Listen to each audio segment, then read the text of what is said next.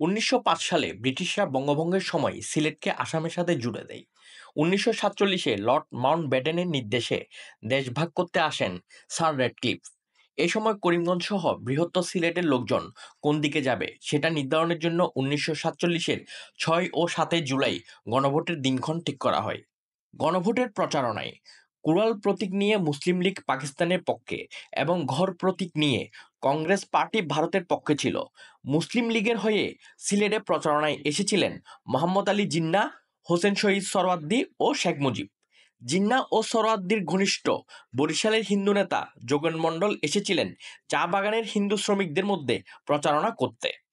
এই যোগেন মণ্ডল পরবর্তীতে পাকিস্তানের প্রথম আইন ও শ্রমমন্ত্রী হয়েছিলেন।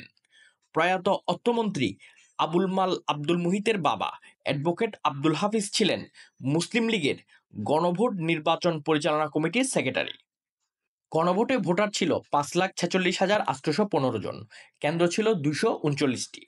পাকিস্তানের পক্ষে ভোট পড়েছিল ২,৩৯,৬১৯টি।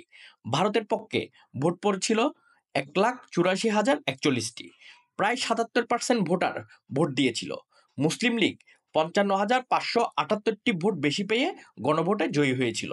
মজার বিষয় হচ্ছে, মৌলভীবাজার জেলার ভোটাররা ভারতের পক্ষে এবং করিমগঞ্জ সহ সিলেটের অন্যান্য অংশের ভোটাররা পাকিস্তানের পক্ষে ভোট দিয়েছিল। ওই সময় এম এ হক ছিলেন করিমগঞ্জ মহকুমার এসডিপিও।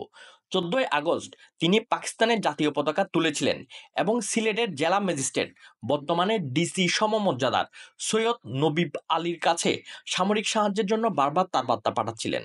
৭ দিন পর ভারতীয় বাহিনী এসে কোনো প্রকার বাধা ছাড়াই করিমগঞ্জ দখল করে। কুশিয়ারা নদীর এপারে সিলেটের জকিগঞ্জ, ওপারে ভারতের করিমগঞ্জ। এরশাদ সরকারের ভূমিমন্ত্রী থাকাকালে এম এ হক কুশিয়ারা নদীর স্বত্ব নিয়ে ভারতের বিরুদ্ধে আন্তর্জাতিক আদালতে মামলা করেছিলেন। পরে বাংলাদেশের পক্ষে সে মামলার রায় হয়। আসামের ৩৩টি জেলার মধ্যে ৩০টিই আপার আসামে, মাঝখানে গভীর জঙ্গল ও উঁচু পাহাড়।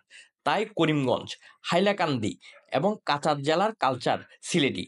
অবাক করা তথ্য হচ্ছে, ১৯৬১-এর ১৯শে মে ১১ জন প্রতিবাদী আসামের শিলচরে বাংলা ভাষার দাবিতে প্রাণ দিয়েছিল।